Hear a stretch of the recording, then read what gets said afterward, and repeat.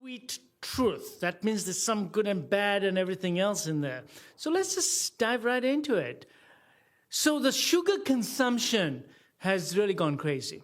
So where did sugar come from? It came all the way from Borneo, Papua New Guinea. And that was around the 12th century. And slowly, slowly, it made its way over to India. And in India, right around 1400 or so, somebody decided that, hey, we can make this molasses into crystals, and the crystals will last forever. And then when, of course, Alexander the Great and all the other people came, they saw the crystals, they took them back to Europe, and they could transport them.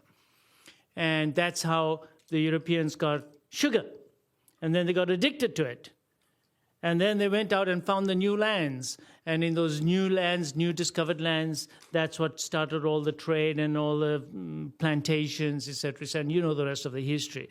But basically, sugar's only been around for a very, very short time in our history. In our genetics, we really have not had exposure. If we look at our entire 100 years, let's say, of existence, sugar has just come in the last millisecond.